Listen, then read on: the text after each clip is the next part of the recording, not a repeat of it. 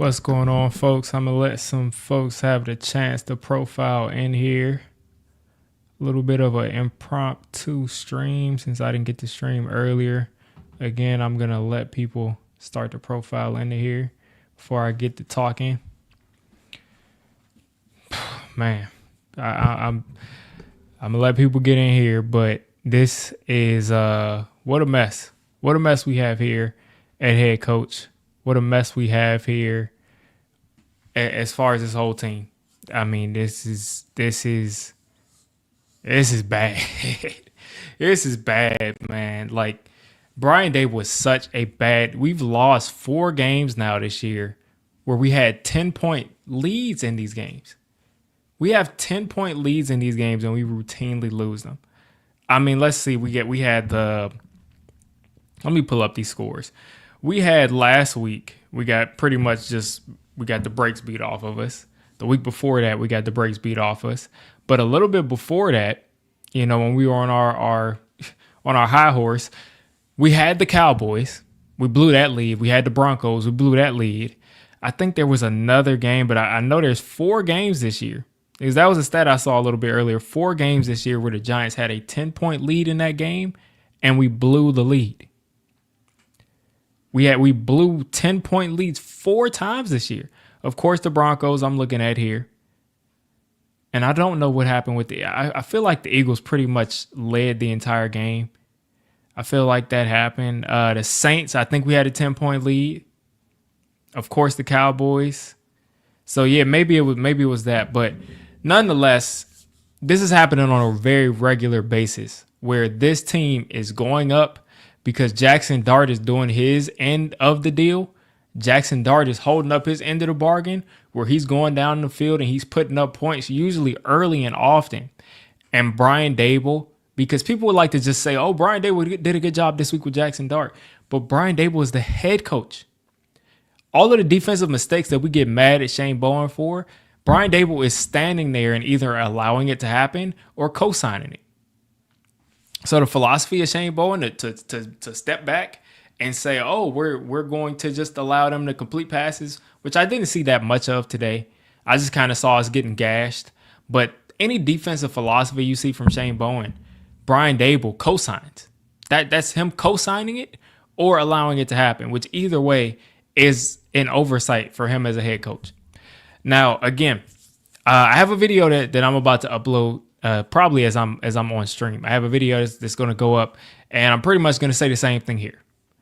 We have the ball at the half-yard line. This team right now has 2 wins on the season. We have 2 wins on the season. And this is a team that should be in the playoff hunt right now. And I'm not delusional. This is a team that legitimately should be in the playoff hunt. Because if you look at games we've just given away completely. The Saints game, we gave away completely. The Cowboys game, we gave away. This game, we gave away. So that's 3 wins right there. And those are just obvious, we gave games away. So that's 3 games. Right now we'd be at 5 wins. So what would we be at 5-5 right now, or 5-6, or 6-5, something like that. So we'd be not, at the top of the league, but we would be in the hunt of things. And we're in a situation right now where we're competing for a top 3 pick because Brian Daboll cannot close out games. He can't get his team to play disciplined football. Every single time you get in the 2nd and long, they're going to give up a first down. And if they don't, they get in the 3rd down. And now they're just interfering with guys, pass interference, illegal touch, all types of illegal things happening on the field. When Brian Daboll was the coach, everything that's illegal, that video where the kid Latarian Milton took his grandmother's car and went on a joyride in Florida and was driving over things and like basically destroyed the whole city. Well, that's what things are when Brian Daboll was the coach. It's fun to do bad things. It's fun to do bad things when Brian Daboll is your coach. Because we do everything illegal that we can think of. We do everything illegal that we can think of. Holding penalties. False starts. We get a 5-yard run, and then the next play there's a false start. We get a 10-yard run.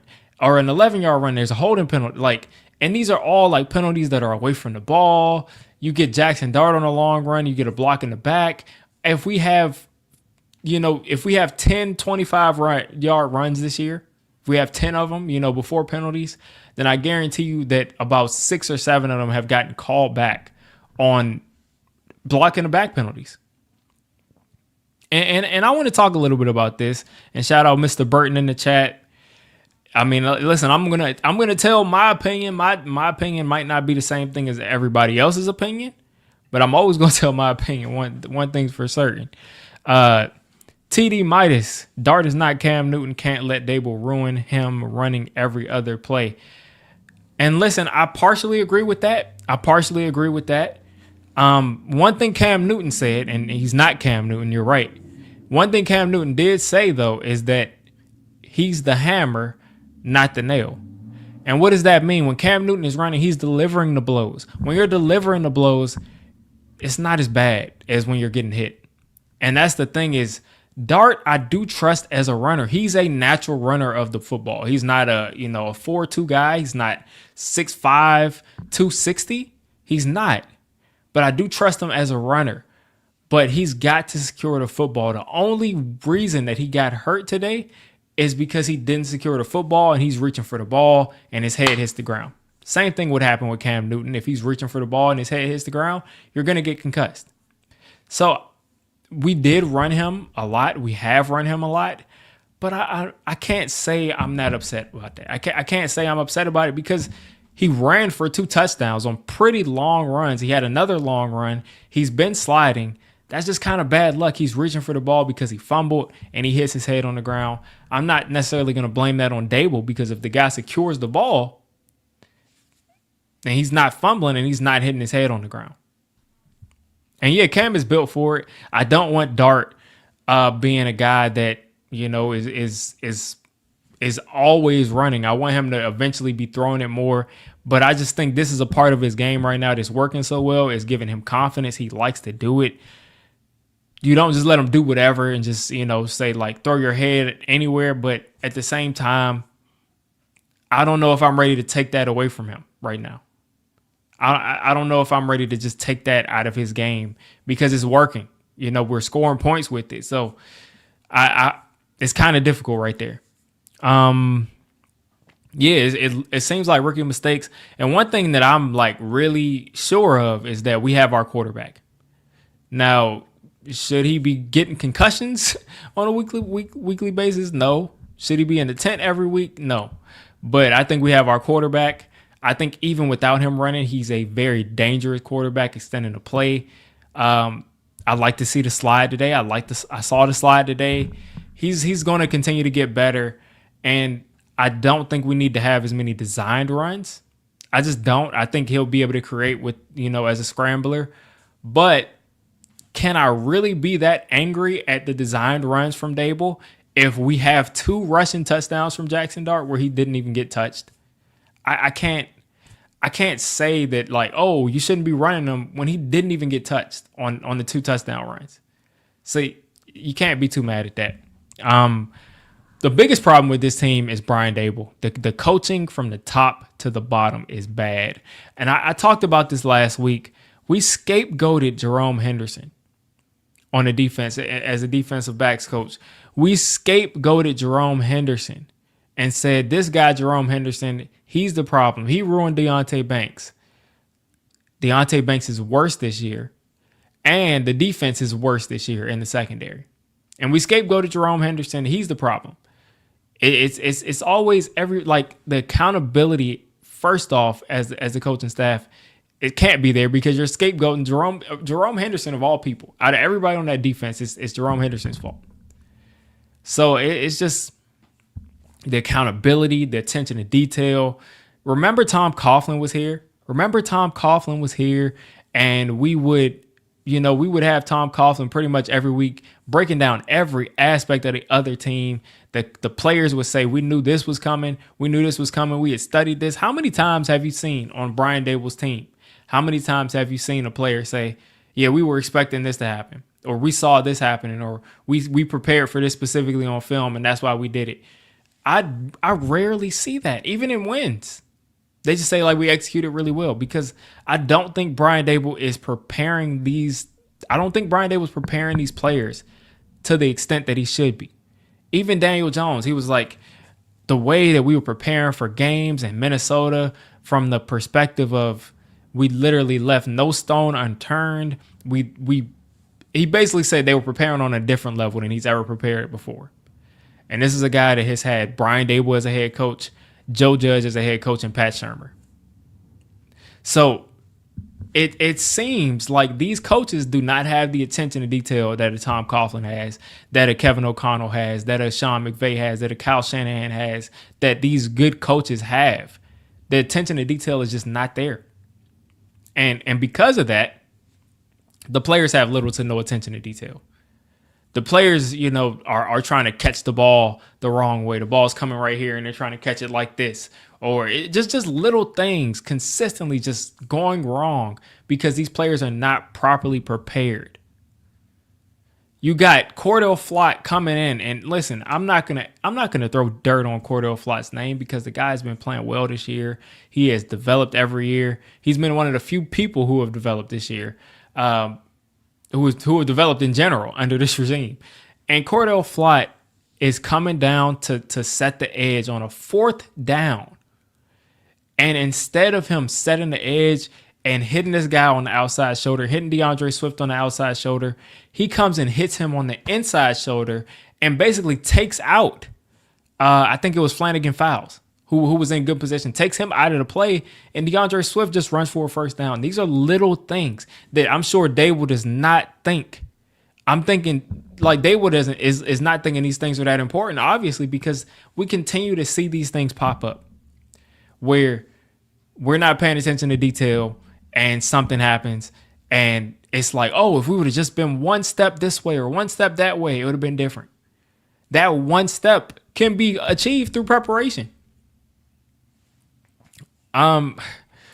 It's just a mess. Let me see what we got in the chat. Let me see. Coughlin was a hard head who softened up some, and it worked in his advantage. Man, I miss him. Yeah, I mean, listen, I was happy when Judge got here because that was the first coach I've seen that like really like fixated on the small details. But I think Joe Judge did that on the small details as far as like the procedural things, the false starts, the offsides, all that kind of thing. But I don't think he did it as far as like offensive play, the little things of like how you're running their route. I don't know, but he didn't show up. Let's see. He wants Josh Allen so bad. Yeah, I mean, he obviously does. He wants to run him. He wants to play him just like Josh Allen.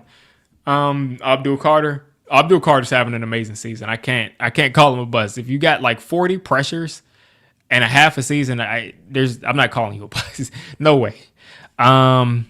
We should have been selling at the trade deadline. I think we tried to sell these couple of guys, but, and I hate to say sell a guy, but you get what I'm saying. I think we tried to trade away a couple of these players and nobody wanted them. Like Deonte Banks, the Colts checked in on him, and I'm pretty sure once they checked in on him, they got the call back from the Jets and they made that Sauce Gardner trade, which is funny to say like that Deonte Banks was the backup plan for Sauce Gardner, which is hilarious. But we tried to trade Hyatt. Couldn't get a pick swap out of that. Tried to trade Evan Neal. Couldn't get a pick swap out of that. Would you give away Thibodeau? If you get a coach in here next year and you're going to keep that as a strength of your team, then you could use Thibodeau next year. So, I mean, I don't know who you trade away, but the guys that I think we should have traded away, maybe a Bobby Okereke, because I don't see him coming back. Maybe, there's a lot of options. Maybe if they don't want to pay Jermaine Illuminor, which I would want to, but if they feel like they're not going to bring him back, because it seems like Shane is just going to keep his job no matter what, because he likes, these guys like him. But if you're not going to re-sign Jermaine Illuminor, then you should have traded him. You should have traded him and given the guy that you want to put your faith in a half a season to prove that he deserves to keep the job. That's what you should have done.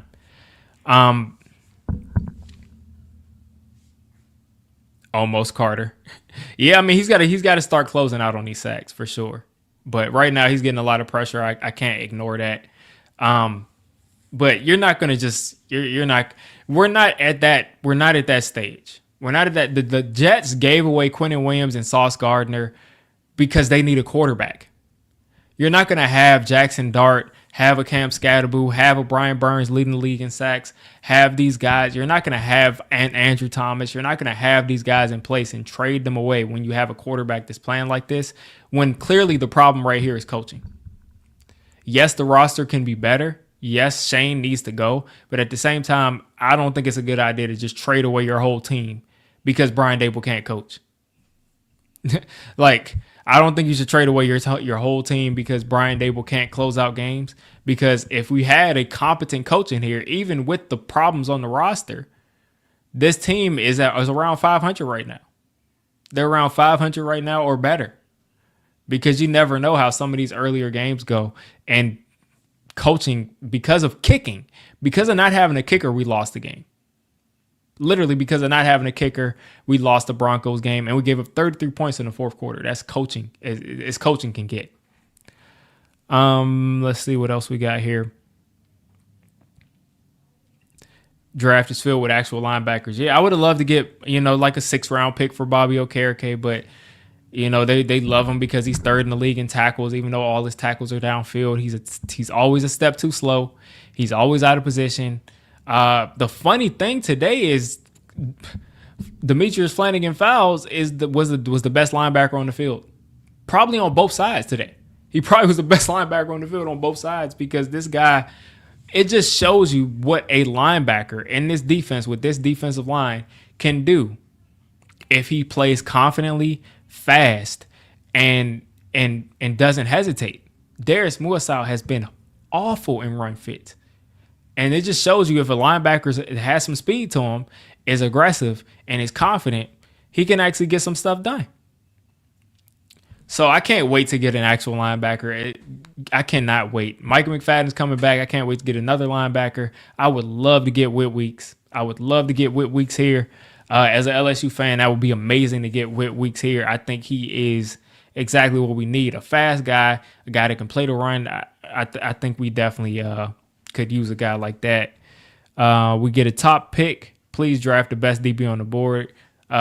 Caleb Downs, I think you're talking about. And listen, I would take Caleb Downs 10 times out of 10. The Nubin pick, people say, we already took Nubin in the 2nd round. He's not going to amount to much. That's already a wrap on that pick. Tyler Nubin is a guy to where you can say, okay, as a 5th-round pick, that's a really good pick. This guy got taken in the 2nd round. So, that's where we are there. Tyler Nubin got taken in the 2nd round, and he looks like a 4th or 5th-round pick. A guy that you can say, okay, I'm glad we have this guy in here because the safety position isn't in a good position, and he's at least, maybe okay, but he's a 2nd-round pick. Xavier McKinney was a 2nd-round pick. Prime Landon Collins, before he started, to fall off, was a 2nd-round pick. And this is what we get. Julian Love was a much better player, and he's a 4th-round pick. And that's what you do with a 2nd-round pick. Let's see. Get Winks and his potential future father figure in Lane Kiffin. I think Lane Kiffin pretty much just said he's not coming here. Like, I think he's just pretty, and I'm not sure how Lane Kiffin would do in the NFL. I'm always kind of wary of that. I don't think he's as much as like a college kind of coach as people say. He does have a lot of NFL principles, but I'm just not sure how he would do in college. It's a big jump to go from college to the NFL, and it's a big jump to go from the NFL to college. There's 2 different skill sets, and the biggest thing in college is recruiting. It's the biggest thing. Like, you can be a great coach, but if you are in college and you're not a great recruiter, as Bill Belichick is finding out, and you don't have a dominant roster, you can't scheme these guys into being better players because they're just not. There's so much bigger of a gap between these players in college than it is in the NFL. You can't scheme these guys into better play. You just can't. Or as good enough play to compete with the better teams. Yeah, and that's what I'm saying with Okereke is like he gets a ton of tackles because we got guys running open down the field. Consistently downfield, and he just, If all your tackles are downfield, who cares how many tackles you have? He's gonna be top 3 in tackles, and that was like a selling point. Like maybe we could have traded this guy last week, but they're like, well, if we don't have Okereke, what are we gonna do? We're not gonna be able to. He's not playing that well. Flanagan Fowles look pretty good. So if you got Flanagan Fowles and whoever else, pick anybody out there, that's basically the same thing as having Okereke and how bad Moisat was playing. So, you kind of missed an opportunity there. Gruden is another guy that I would love to have here, but because of the things that he said, the offensive things, the racist things, the sexist things, the homophobic things that he said and got leaked, I just don't think John Mara will touch that hire with the 10-foot pole, but I think he's a very great hire. A lot of people, are saying that they're not necessarily on that boat because he could be out of touch because of how long he's been out of coaching before he took that Raiders job. But I liked what he did with the Raiders, besides, him having to make his exit after that. But I liked what he did with the Raiders with kind of turning things around. I think Gruden is a good coach, but I don't think he'll ever coach here. Brian Flores is another coach I would love to have here because he's a defensive mastermind, and he's got a lawsuit going on with the NFL and with the Giants specifically. So I just don't see any of that happening. Maybe McCown. I think he is the offensive coordinator now. You got a lot of options. McCarthy isn't my first, second, third, or fourth option, but he's an option because, again, this guy, you can say what you want about him. You can say he gets carried by Aaron Rodgers and Dak Prescott and everything, but at the end of the day, Mike McCarthy wins a lot of games. Another guy I wanted, I would say who's my first? I would love Gruden to come here, but I just don't see it. Other than that, you got the guy from the Chargers. He's kind of fallen off. You got the guy from Seattle. Clint Kubiak is probably my number one guy for now, as far as people that can actually come here. But you've never seen Clint Kubiak lead a team. You've never seen him lead a team. He's, I think, 34 years old, 33 years old. So you've never seen him lead a team. You know he can put together a good offense. You don't know if he can put together that good offense and hand it off to somebody else and them call plays. You don't know how he would coach as a head coach while he's also calling plays. A lot of people are saying they want Mike McDaniel as the offensive coordinator. So, would you go get a Clint Kubiak and then hire Mike McDaniel? You never know. What about Wink? I don't think Wink wants anything to do with the Giants organization. Maybe he does. Maybe he's fine there, but I just don't see them going out and getting Wink as a defensive coordinator from this point. Like, he's been a deep coordinator his whole career. He's been volatile his whole career. He's always had problems with coaches everywhere he's been. Dable has had some problems with Wink, which I think he should have probably handled better because his job would probably be a lot more secure. But Wink has had problems everywhere he's been. So at that point, it's like we already see if Dable can't make nice with these coaches, I don't want Wink in the building because Wink probably can't do it. He's a guy that is a defensive coordinator, and he needs a strong head coach that can manage that personality. But it's almost like Rob Ryan, Rex Ryan being a defensive coordinator. They all run that same scheme, and they all have similar personalities where they're difficult, where they'll go to the head coach. Buddy Ryan, going back to him, they'll go to the head coach and Buddy Ryan will hit a guy on the sideline. They're just not. I don't see those guys being head coaches. I just don't see it. Spags is a guy I've thought of. I've thought of Spags, and Spags went to the Rams and he failed completely. The Rams players loved him, but I first, and this is the thing. First off, you have to get this guy to want to leave, basically saying, I'm competing for a Super Bowl every year. I tried the head coach thing. Do I want to be a head coach? Did he like it? He's been a head coach of the Giants before. He's been a head coach for the Rams. Both did not go well. So, and as a head coach of the Giants, he was interim. So not much you can glean from that. But, does he get a second chance as a head coach for an organization that he loves? He loves the Giants. Does he get that second chance as a head coach? And can he go out and hire, Can he go out and hire the right guys? Does he keep Mike Kafka? And that could be the selling point, that he's worked with Mike Kafka. He keeps Mike Kafka. You keep him in this offense. You kind of keep some of Daboll's offense, but you let Mike Kafka pretty much put in the Andy Reid offense. That's possible. You might be able to explore that road. But Spags would get the most out of this defense. This defense is extremely talented. And I promise you that Spags would get more out of this defense than what you're seeing right now. And he would never leave to become a defensive coordinator, but it's possible. Maybe we can get him to leave to become a head coach. Maybe. And I haven't seen him interviewing anybody. And I know he's been getting interview requests from other teams. So we'll see how that goes. And yeah, and it's hard to evaluate, because if you ask me if I want Kafka back right now, I probably say no. Like, definitely not. But I've seen a lot of really creative things from Kafka. Remember the red zone stuff when he first got here, where we were like, oh my gosh, this team is amazing in the red zone because they're so creative. I don't know how much of this is Daboll, how much of this is Kafka, but maybe that's their selling point, is that you keep the same offensive coordinator for your oh my gosh, having problems talking. You keep the same offensive coordinator for your quarterback. That could be a selling point for Spagnuolo. Who else is there? You got McCarthy, you got Spagnuolo, you got Gruden. I don't see Gruden being here, but you got Clint Kubiak, you got Jesse Minter. And Minter is a guy that had that Chargers team playing out of their mind on defense and just kind of fell apart. So does his stock fall? Is his stock now in the toilet because his Chargers defense kind of stopped? I think really the Giants are going to have to, they're going to have to, at the end of the day, they have to get rid of these guys in the building that are part of the Mara family. Chris Mara, we hear every year from Chris Mara. We hear it every year from this guy or about him. From Big Blue Kickoff Live and all these other Giants media platforms, that Chris Mara is a respected executive, respected scout across the league, and teams call Chris Mara to ask for his opinion on things, and he's invaluable. We can't let him out of the building.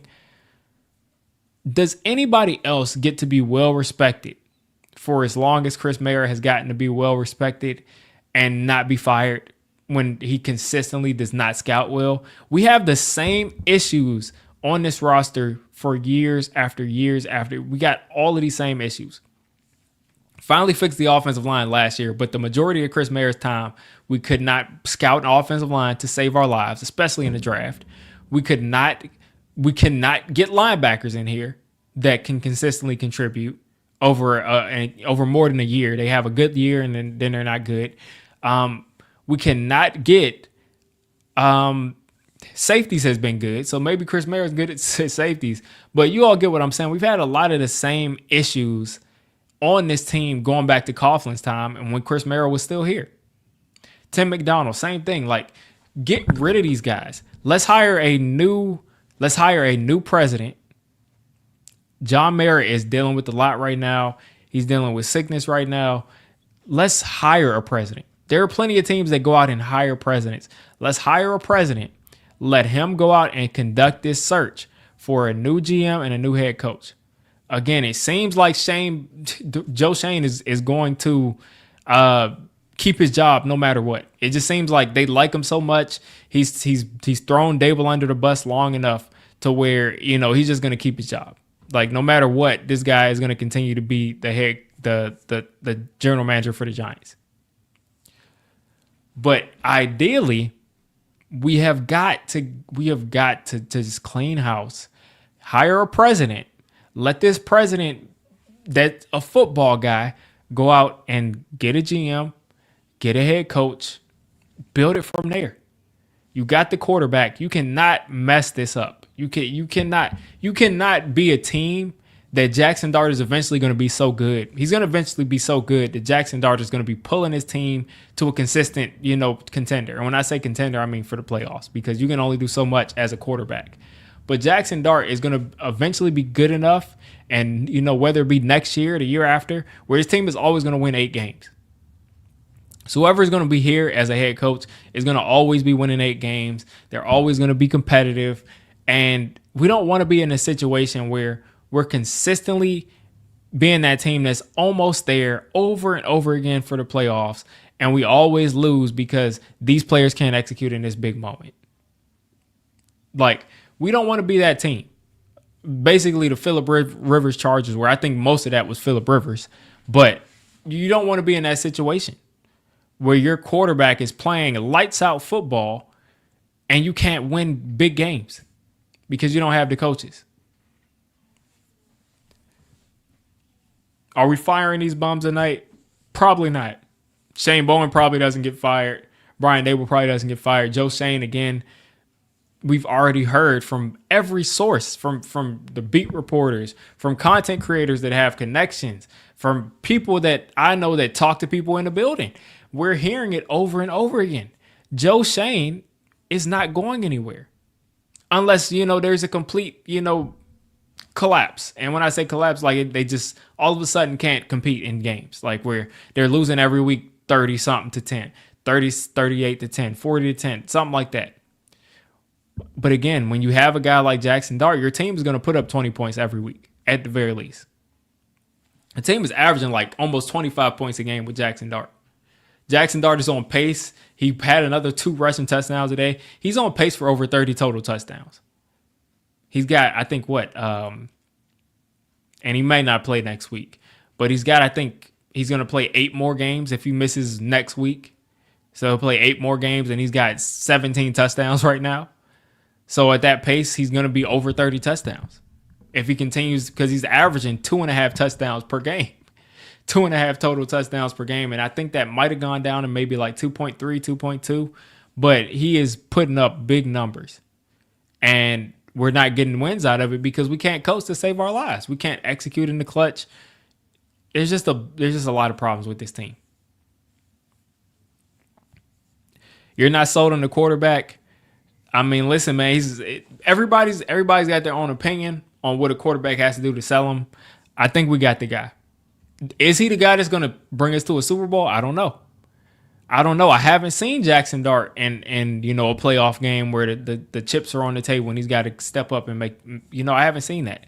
So I'm not ready to say that he's going to be that clutch all timer. I'm not ready to say that, but I am ready to say that this guy is looking like he's going to be a franchise quarterback. It's looking like he's going to be a guy that's going to have us competitive every single year, at least after this year, especially getting Scatterboo back and Malik Neighbors back, and whatever GM they have is going to add a new weapon for him.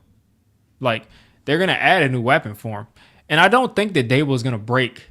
Like, the comparisons to Daniel Jones and I think Giants fans, we have a tendency to kind of like catastrophize everything. And it's not a bad thing that we're catastrophizing things, because things have gone horrible every year for about 12 years now. It has to be 12 or 13 years. So it's not a bad thing. But it's like when people said Andrew Thomas was going to be the next Eric Flowers when he was playing bad. I just don't see it. I don't see Jackson Dart ever being Daniel Jones. They have 2 different personalities. They have 2 different skill sets. Jackson Dart is a much more natural thrower of the ball. I think Jackson Dart is doing what he's doing in spite of Brian Dable. And I think Daniel Jones would never be able to do what Jackson Dart is doing, even right now in this offense. I just don't think he could. And I don't think it's about running Jackson Dart too much. I really don't, because, again, I said this a little bit earlier. Jackson Dart scored twice today untouched. He scored twice today untouched. And the couple of times this year where Jackson Dart has gotten banged up, they have been usually on times where he's gotten sacked or he scrambled. And today it's because he fumbled the ball and he's reaching for the ball and his face, hits the ground. He face plants because he's trying to get the fumble. But other than that, he was pretty well protected on these runs. Again, he slid a couple times, and then the 2 touchdowns he scored, nobody touched him. So if you're consistently getting that, there's been about 4 or 5 times this year where Jackson Dart has gotten into the end zone and nobody's touched him. Why? You're not really putting your quarterback in danger at that point if he's consistently not even getting touched. And yeah, I mean, listen, I think it's a little bit different because with Daniel Jones, he looked great in the preseason. Throwing the ball. He looked great as a rookie. We were over the moon. He had that big win against Tampa Bay, but I consistently saw issues with Daniel Jones that I was scared about. The first was the awareness. He was never aware what was going on. He consistently fumbled the ball. He just was always unaware. And then he would panic, and he would get under center, or he would get in the backfield, and he would have the ball. And if he was under pressure or whatever reason, the guy would just kind of freeze and just do something stupid. Like against the I think it was his second year against the Steelers with Joe Judge there. He got into the red zone against the Steelers, and he was getting pressured, and he's running to the sideline, and instead of just throwing the ball away, he tries to throw the ball away, and then he tries not to, and the ball just kind of floats up in the air because he's not really doing it with like any type of intent, and it just comes down and gets intercepted. The Bucs game, he tries to throw a screen, but he's trying to throw it away at the same time, and it gets in it. Like, you all get what I'm saying. I've seen some different things from Daniel Jones that concerned me back then. And I haven't really seen that with Jackson Dart. My problem with Jackson Dart is this guy throws his head into situations where he does need to do that. And then my second thing is, can he perform in the clutch? Those are really my only things. I think we at least got a guy that can put up some numbers, that can go out and win a bunch of games for us, but he may not be that guy that steps up in the clutch. I don't know yet. He has fumbled 2 games away. He has. Yeah. He definitely has. And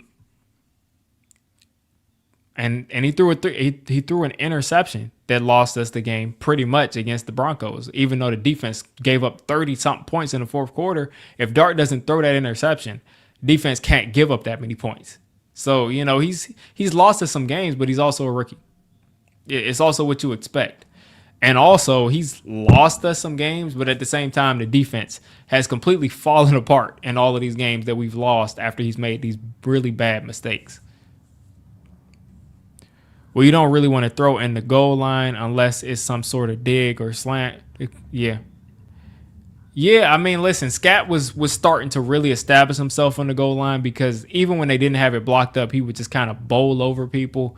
But again, Dart has been going in the end zone untouched.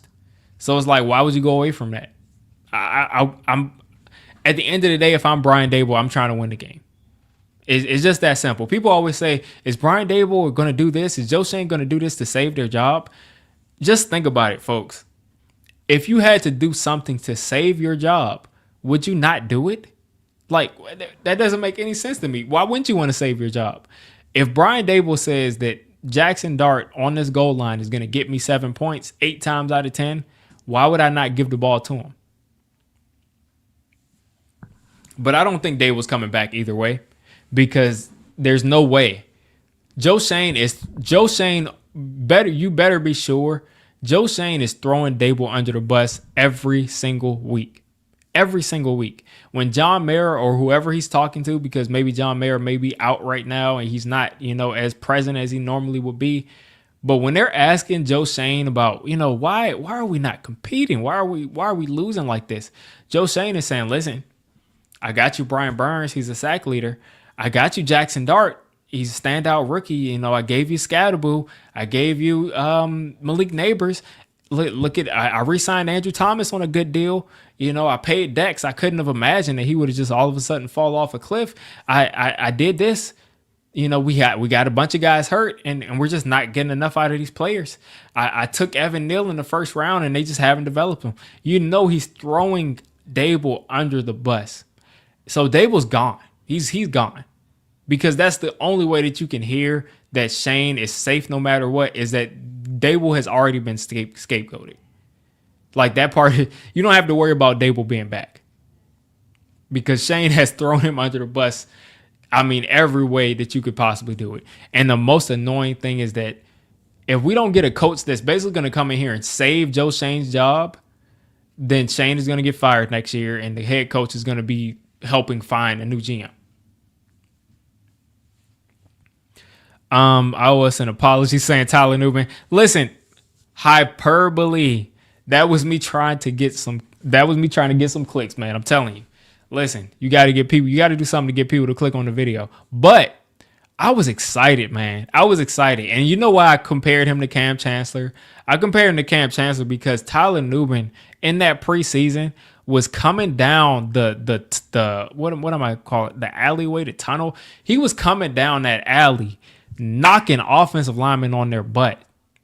And Tyler Nubin has not done that since the regular season started. But the way he was playing, he was looking like Cam. He was looking like Cam Chancellor. This dude was like knocking offensive linemen out. I was like, this dude is crazy, and just got in the game. And about 3 weeks into the season, you started to see me say, like, this dude just isn't it. He can't play. He's not a starting safety. He's not. He looks completely confused all the time. He's always in the wrong spot. And Deonte Banks had a bad season last year, but a lot of Deonte Banks' worst plays where he was getting toasted downfield, Tyler Nubin completely left him to hang out to dry. Like, it would be cover two, and Nubin would just be camped out in the middle of the field. So, yeah, man. Nubin, man, that's such a disappointing pick. Because, again, when he makes tackles and he hits guys, it's exciting. But besides that, man, he's been bad. He's been bad. Really bad. Really bad. I like that Dart has us in games when we have a new staff and a new draft class. Dart having this experience will help. Definitely. I think, listen, I'm convinced. I'm like 75% sure. I don't know who the coach is going to be. But if they are able to just get this team not to commit all these penalties and not to make all of the horrible mistakes and not to collapse on defense the way that they're doing now, I'm very sure that Dart is going to have us at least at 8 wins next year. At least. Because, again, he's going to extend plays. He's going to take off and run. I would have never, and listen, Dable runs him a lot, and he's been a good option in the red zone, and we just had that whole debate. But I would have never expected Jackson Dart to be a 10 touchdown guy as a rushing quarterback. I would have never expected it. And I think he's at 7 right now. I think he's at 7 right now. And this is another thing that makes me mad with Joe Schoen is that he wanted Brian Dable. So this is your hire. A lot of people forget the general manager a lot of times. Like if they fire the head coach and keep the general manager, Joe Schoen is going to hire this new head coach. Like he's going to be the main guy that the head coach is going to talk to. And now on top of that, he wanted Dable. So this is mean it's his hire that failed. And we saw in 4K. I'm going to download that video so I can have it like on ready to go whenever we need to talk about it. It's going to be downloaded. Joe Schoen sat in that draft room and he said, if you guys like the guy, if you guys are convicted about him, I'll trade up and get him. You know, whatever, man. Let's roll the dice. He said that about Jackson Dart, and I'm sure he's telling people, I found a franchise quarterback. I drafted Jackson Dart. I did that. When it was very clear that he said, listen, if you're convicted about this guy, we'll roll the dice. It is what it is. He basically was saying, like, I don't want this guy on my team, but if you want to take him, be my guest, and it's going to be all your fault. I'm making it very clear on camera that it's all your fault. He told Dable, they had to have had a conversation because Dable said, this is my decision. I'm starting Jackson Dart. And I know Joe Schoen said, listen, if you're starting Dart, go ahead and do it. But don't say that this is a team decision. This is your decision. This is you taking a risk here. So we already know. He's thrown Dable under the bus. He's thrown the coaching staff under the bus. And he's the guy that discovered Jackson Dart, even though he didn't want him.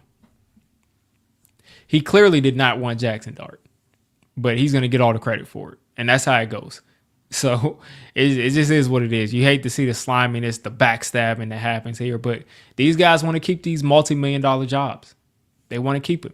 And they'll do anything they can to make sure they keep these jobs. Russ couldn't. I really need them to take a look at starting Jameis Winston next week because this was inexcusable. This was inexcusable. The fact that you roll this guy out there and we can't get any yards of offense. Like literally in a group chat, somebody said, what's the over-under on Russ for completions this drive? And I said, take the push. I said take the push because they said like, is it no passes? Is it one pass? Or they said, is it one pass? Is it two passes? I said he'll probably complete one pass, which will be a dump off, and that's what it was. He had one dump off, and he had a bunch of incompletions that last drive. So it's just, man, his pass rush is supposed to be the best in the league by a mile. I have no idea what's wrong with them. Well, today the pass rush was all over Caleb Williams. He was running for his life. He just got out of all of these sacks. They were all over him. Dex, I'll be excited to see what I see from Dex on tape, but it looked like he played better. But Caleb Williams is running for his life. He just made falling away type of throws over and over and over again. And then the biggest reason that this defensive line isn't what we thought it would be is because Dexter Lawrence is just playing like a good player and not an all pro. There's bad player here. There's decent player here, a little bit above bad player. There's good player here. There's Pro Bowl here, off screen, pretty much. Let's bring the scale down. So this is Pro Bowl player, and this is all pro. So if this is all pro, Dexter Lawrence is not even in the frame for how he's performing. He's at good, which is probably a little bit below the screen. So Dexter Lawrence not being the all-pro player that he has been, basically the best defensive lineman in football, has completely changed the expectations for this defensive line. And even then, we still lead the league in pressures. We're still consistently pressuring the quarterback. You just got Caleb Williams running everywhere, getting out of all these sacks and just completing passes downfield. It's a mess. It's just a mess, man.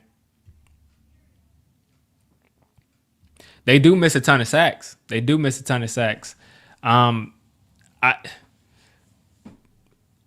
We have got to figure out a way to close these deals. We got to close it. Abdul Carter has also had 2 sacks taken off the board because of pass interference and illegal contact. So we got to start closing these out. Kayvon has always been bad at closing the deal for sacks. He's always been bad there. He's not good in open field.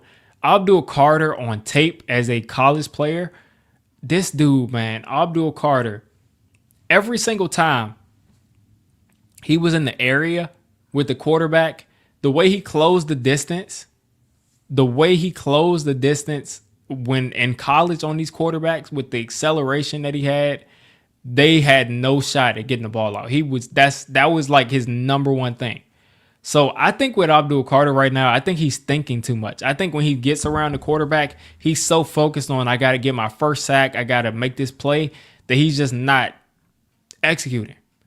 So I think he's got to get that first sack, get that off his shoulders, and he's got a half sack. But you all get what I'm saying. I think he's got to make that first play, and it's just going to start coming. Because sacks aren't a consistent stat. They're just not as consistent stat. And I think these sacks would result in turnovers if we didn't have Shane Bowen and practice squad DBs out there. I think they would result in turnovers.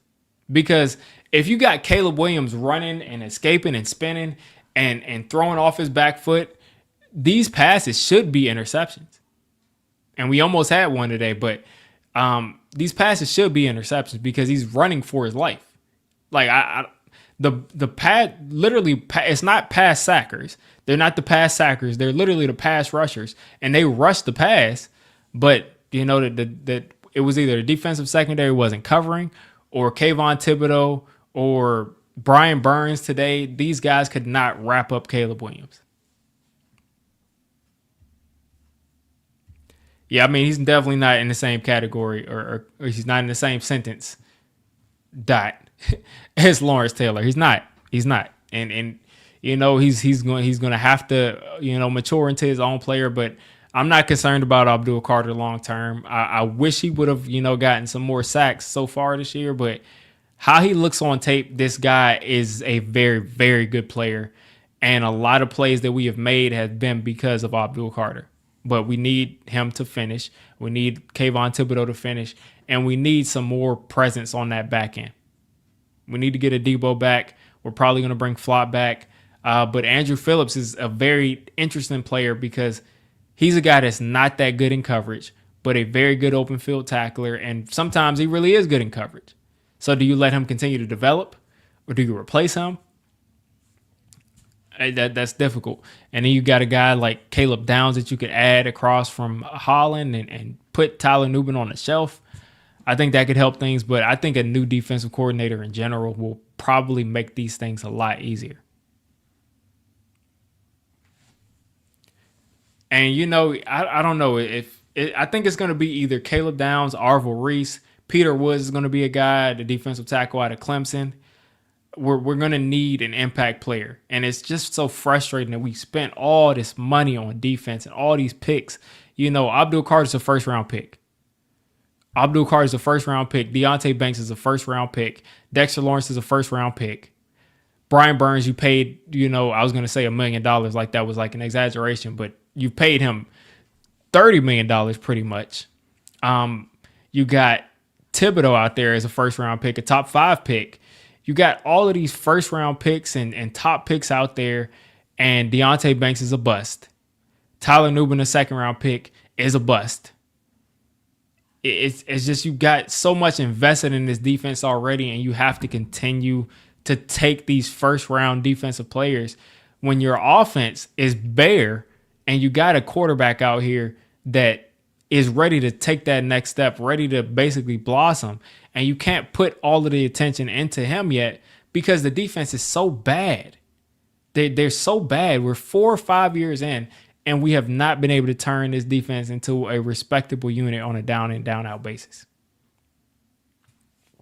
Yeah. I mean, if you would look at the money that we're spending on defense and how bad they are, like it's bad. It's very bad. The fact that we are spending as much, and I'm pulling it up because I just want you all to understand that that's a really good point. Because again, Burns is getting paid a bunch. Dex is getting paid a bunch. You got Thibodeau is going to start getting paid, and he's on his 5th year.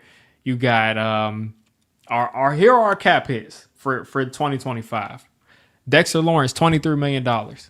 Brian Burns, $17.7 million. So this is a low year for him. Bobby Okereke, $14 million. Like, Kayvon Thibodeau, $9 million. It's going to go up on his 5th year option. So Adebo, $9 million, and his average is like $17 million. And let's see if I can find, I want to find the average per year. Or cash total. Let's just look at total cash.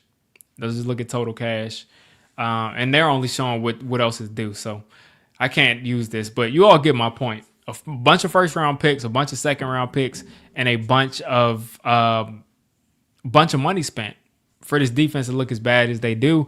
And I think a lot of that is poor drafting. And I think a lot of that is coaching. Shane Bowen, Brian Dable have not gotten the best out of these players. They just haven't. I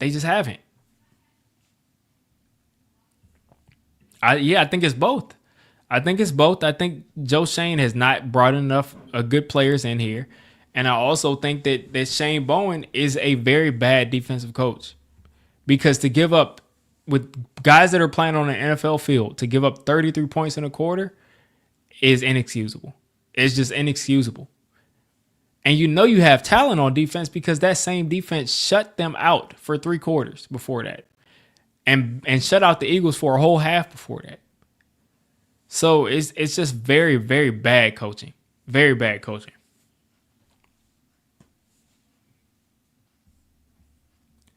Let's see. Definitely the field. Yeah. I think bringing in Caleb Downs would be amazing.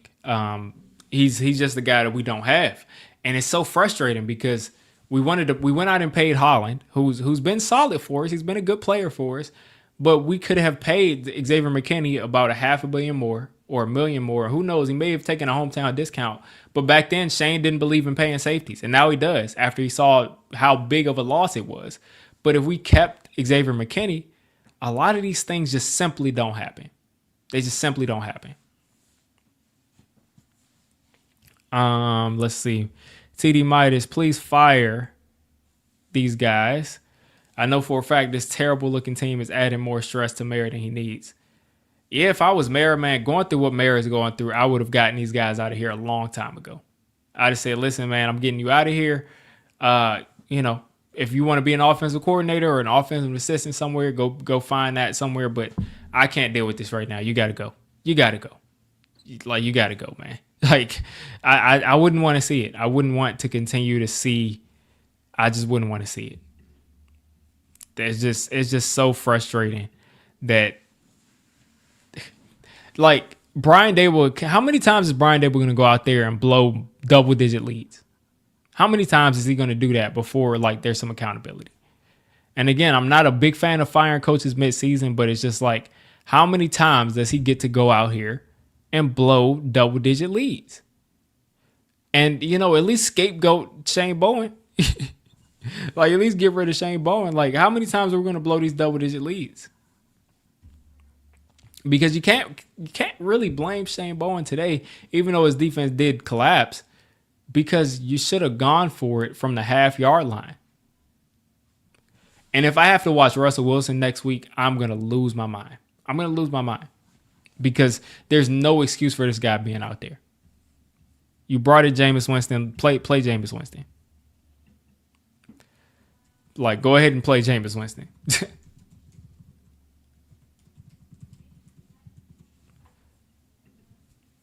I won't pay McKinney. Instead, I draft a DB that runs a 4.65 in the second round. Yeah. Like, yeah. That was the thing. They were like, oh, well, he's got some character issues because he broke his arm or on the ATV. Xavier McKinney is not a bad dude. Like, he's just not. Like, let's be real. like let's be real. The guy is on vacation riding an ATV, hurts himself. And since then, Joe Schoen is just like, Joe Schoen has like little grudges that he has against players that he just holds.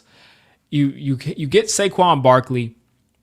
You negotiate with Saquon Barkley. You don't like how it goes. You feel like he's being difficult with you. And you say, basically, I'm not going to re-sign this guy because I don't like him. That's basically what he said. And he said, listen, I'm going to lowball him. I'm going to waste his time. And eventually he's just going to walk because I don't believe that we should pay him. Well, Shane basically had it in his mind that he was not going to pay Saquon Barkley. Why not trade him to the Buffalo Bills? Why not trade him here? Why not trade him there? Why not trade him everywhere? But let him walk for nothing and go to the Eagles and win them a Super Bowl. They don't win the Super Bowl last year without Saquon Barkley. I'm not even going to get into the Daniel Jones thing because there's just there's bad coaching, there's bad roster building, there's everything around that. But I'm not even going to get into that. But the Saquon Barkley thing especially was just bad news because nobody was going to take on that Daniel Jones contract last year. So you couldn't have traded him, but you could have traded Saquon Barkley to the Bills, to the Chiefs, to anywhere. The Ravens, they were looking for a running back at that point. You could have traded him a lot of places, but you just let him walk, go to Philly, put up 2,000 yards, and then go on a sympathy tour about how the Giants treated him so badly. They let him do whatever he wanted. He's not he's not thought of as the player that he is right now if he doesn't go to the Eagles. And we just let that guy walk. Let him walk. Xavier McKinney, again, he didn't like that he broke his arm on the little ATV. So he said, I'm not re-signing this guy, and I'm not going to trade him.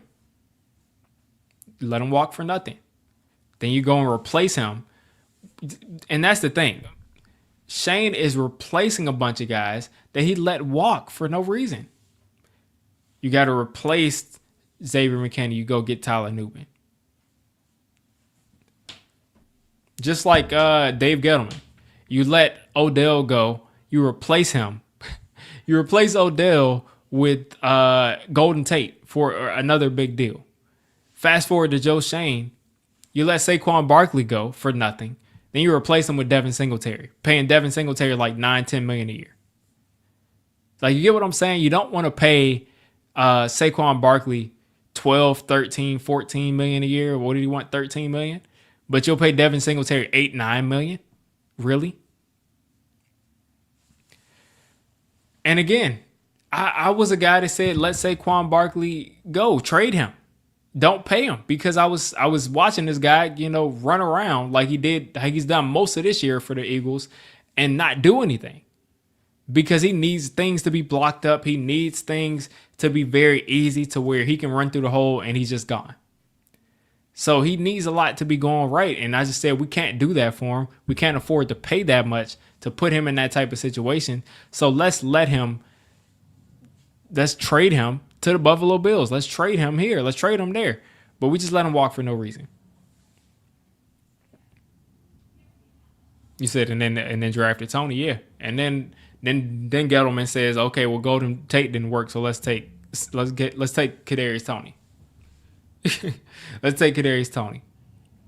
Now Joe Schoen has the value that he gets on his trades. Joe Schoen, I gotta give it to him. At how Darren Waller was thought of at that point, he gave up a third round pick and didn't have to pay anything to Darren Waller. It didn't work out, but the value was good. We gave up a second round pick for Brian Burns. The value was perfect, and it looks like it's working for us. He's made some pretty good trades. The value on the Dart trade, we gave up a future third to go up and take our franchise quarterback. Those were good things, but everything else, man, he's. And then there's always he has to be paying these reporters or paying. He hasn't paid me. Joe Schoen, if you want to pay me, man, listen. My email is diggy546@gmail.com. If you want to send me some money to spread some propaganda about you, hit me up. Because you have to be, I don't know if you're paying the reporters. I don't know if you're paying the other content creators that were saying last year that Tyler Nubin was having a great season. Because at the end of the season, we had content creators saying that Tyler Nubin was playing well.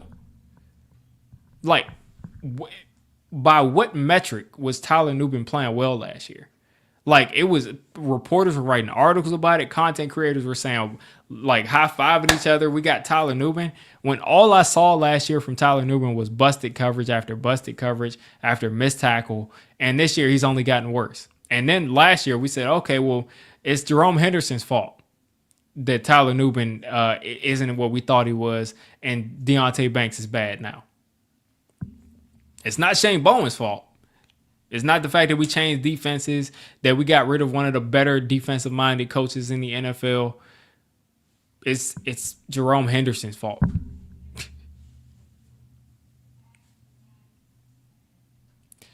Just because Burns has 11 sacks doesn't mean anything. We're like the Carolina Panthers now, and look how good they are.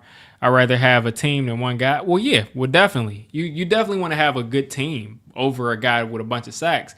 But what I'm saying is we're in a situation where we're not in a bad situation because we're paying Brian Burns. That's not what's going on. Brian Burns is having a good season, and it should be translating to a good season for us. But coaching has lost us multiple games. And defensive coaching is this should be a season where Brian Burns has his 11 sacks and Abdul Carter has 5-6 sacks. And Kayvon Thibodeau has 7-8 sacks. This should be what that's looking like right now. And Dex should have 8 or 9. This is what this should be looking like. But we're just not getting the best out of our players because we got a guy at defensive coordinator is just not good.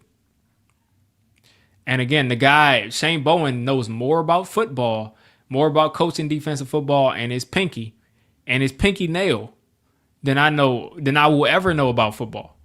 The guy is going to know much more about all of that than I would ever know. But Shane Bowen as a defensive coach in the NFL is not good. He's not creative. He's not good. He's just not. He's not. Let's see what we got. I might be on to something with the Joe Schoen paying people. Yeah, I'm like, what's going on? I saw PFF saying that Nubin was having a good player. I was like, what's going on? Are y'all not watching Tyler Nubin? Do you not see what this dude is doing out there? And everybody's saying Tyler Nubin just fell off a cliff. He was playing like this last year.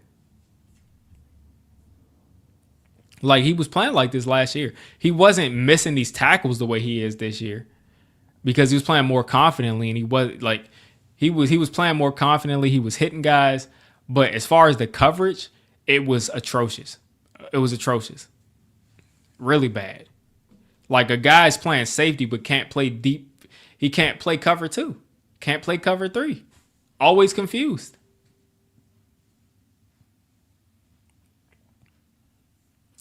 At least paid him to promote Drew Phillips. Yeah, I'm like, Drew Phillips last year, again, did not cover a soul. did not cover a soul, but made a bunch of big hits. And he's the number one rated cornerback in football at one point by PFF. So it's like, what are we doing? What are we doing, PFF? Drew Phillips at one point was the best cornerback in all of football. Now they're saying Cordell Flott is like a top 3 cornerback in football. When it's obvious he's having a good season, but he's obviously nowhere near the top 3 cornerbacks in football. No way. No way, no how.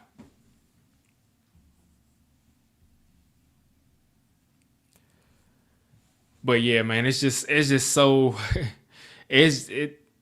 I'm in a good point for this season because I really feel like there's only a matter of time before Brian Daboll gets fired.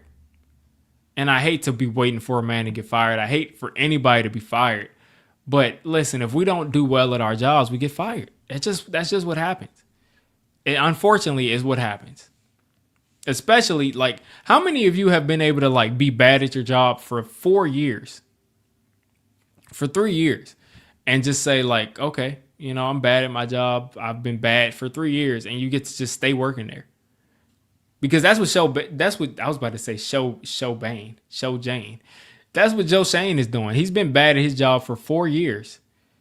And he's about to basically get a promotion. Like, he's basically saying, like, I've been bad at my job for 4 years, but I get to keep it. I've never been in that position. like most of us, listen, we break out a bad month. We break out a bad month at a job. And that's it, man. That's it. Like, they're looking for somebody else. And they're gonna have them come in and we're gonna train the dude, and then it's just gonna be like, oh, well, you're done.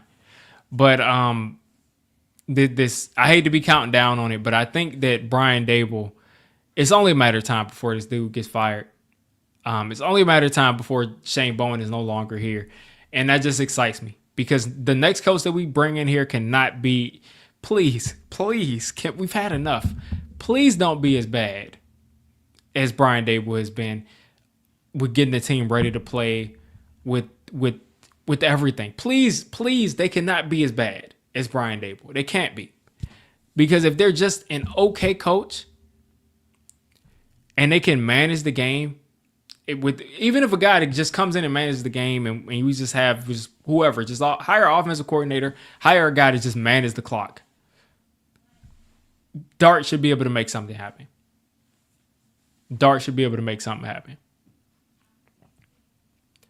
I'm looking for the firing trifecta. I would love it, but it's basically written in stone at this point. Like I said, it seems like Joe Schoen is. I hope that I'm wrong, but everywhere we're hearing from, everywhere, like you don't have to even be plugged in. You don't have to have been like talking to people. Everywhere we're hearing is Joe Schoen is coming back, unless something ridiculous happens. So we would have to legit go out there again and lose 40-10, 40-5, 38-3. Then Joe Schoen might be on the hot seat. But until then, they feel like the roster is talented and they're underachieving, which is true. But two things can be true. A lot of the cornerstones on this team are Gettleman players. Unfortunately, a lot of these cornerstones are Gettleman players. Andrew Thomas, when he's not in the game, the team is awful. Dexter Lawrence, before everything happened with him and he started falling off, which I think he'll be back next year. But Dexter Lawrence and Andrew Thomas, arguably at the beginning of the season, are your two best players. Gettleman players.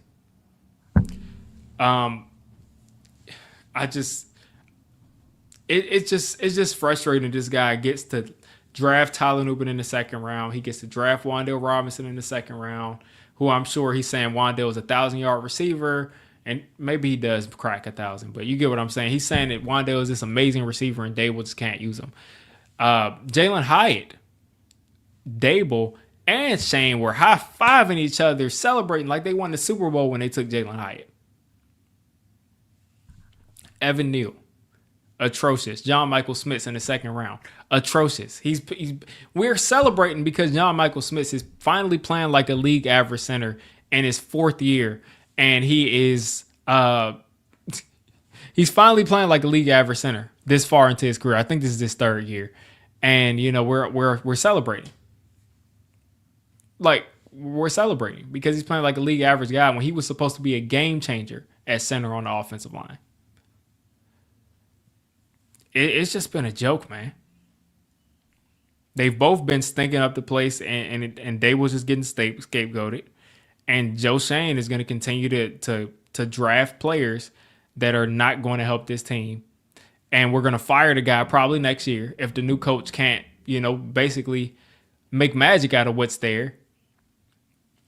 And we're going to have some more out of sync GM head coach stuff. I'm just glad, again, the hardest thing in football is hitting on the quarterback, and I think we hit on him.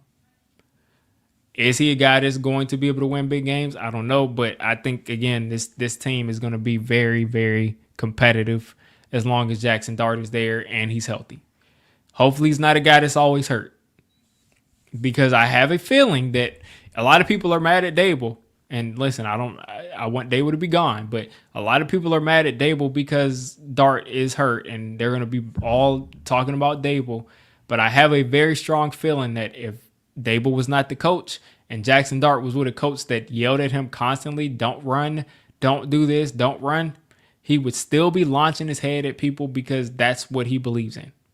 His dad literally said he's not about that losing mindset. He's going to continue to launch his head into people. So I don't think he's going to stop that anytime soon. So we'll see how that goes. But if he can stay healthy, then he's going to be a good quarterback. There's no doubt in my mind there. And I'm not sure if Dex has fallen out of his prime. I think Dex is a little heavy. I think Dex is only 28. I think he's only 28. This is defensive tackles especially, and pass rushers of all sizes. Like, they fall out of their prime like 30. And Dex is, let me see how old Dex is.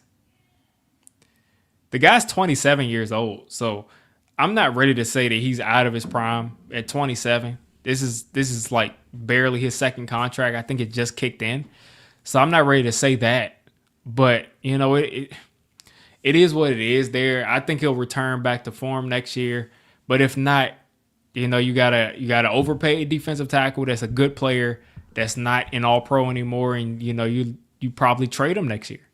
If he's not looking like this type of player, you probably trade him, for maybe you get a third-round pick because he's, his stock is falling. But last year you would have gotten multiple first-round picks for him, which is nuts. And we were laughing at Vikings fans who were saying, they wanted to trade a first-round pick in J.J. McCarthy for Dexter Lawrence last year. And we were saying we would never trade Dex, and, he's that good, and he just doesn't look like the same guy. So hopefully Dex can bounce back and he can be that type of player next year. But it's just really unfortunate that he basically took this year off. Who do I think is worse between the two? I think Shane is worse between the two.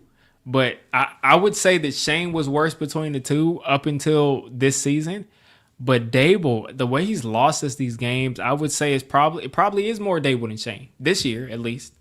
I would say over the tenure of the team, Shane has been worse, because that 6-11 season that Brian Dable had was actually impressive.